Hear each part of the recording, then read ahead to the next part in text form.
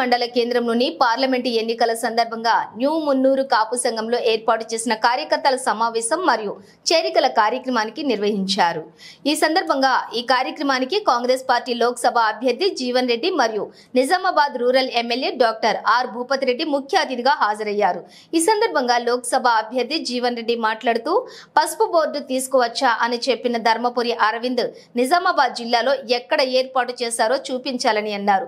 చేసింది ఏమీ లేదని తెలంగాణ రాష్ట్రాన్ని అప్పులపాలు చేశారని అన్నారు।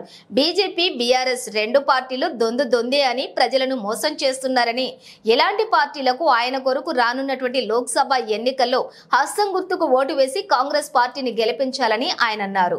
అనంతరం కాంగ్రెస్ పార్టీలోని వివిధ గ్రామాల నుండి మాజీ సర్పంచ్లు, ఎంపీటీసీలు, యువకులు భారీ ఎత్తున కాంగ్రెస్ పార్టీలో చేరాలని, రోజుల్లోనే కాంగ్రెస్ పార్టీ అధికారంలోకి వస్తుందని తెలిపారు।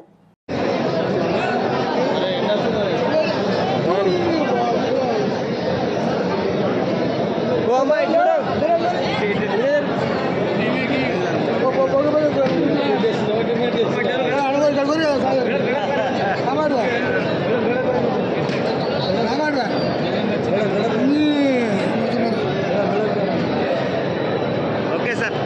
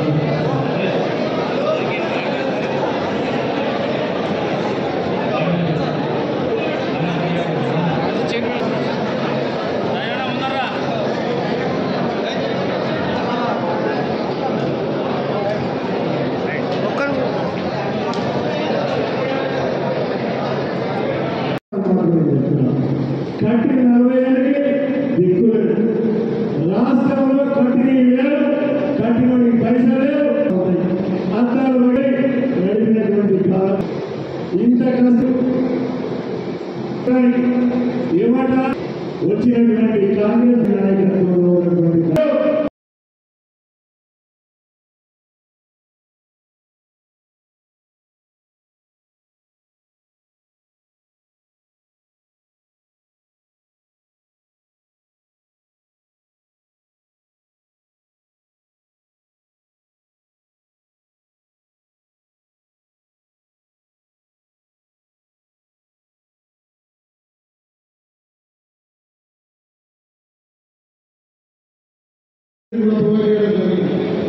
ఈ విధంగా ఇంకా కూడా ఇప్పుడు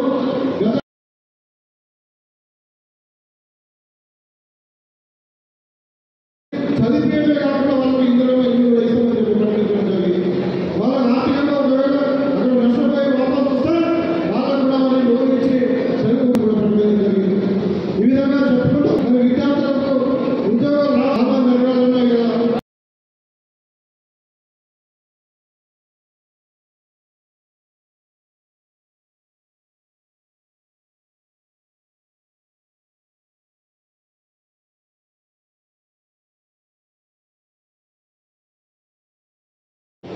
లిక్కర్ స్కామ్ అరెస్ట్తోనే అరవింద్ కలదప్పింది, మాజిరెడ్డి గోల్డ్ కూడా కలదప్పింది. ఏం చేయాలని అర్థమైతలేదు. కాబట్టి ఆ పార్టీ మొత్తం ఎందుకంటే అవినీతితో కూటమైంది కాబట్టి ఈయన ఎవరు అరెస్ట్ అవుతారో పొద్దున్న లేచి ఎవరు ఈయన ప్రజలందరూ ఆలోచించే ఒకటి విషయం,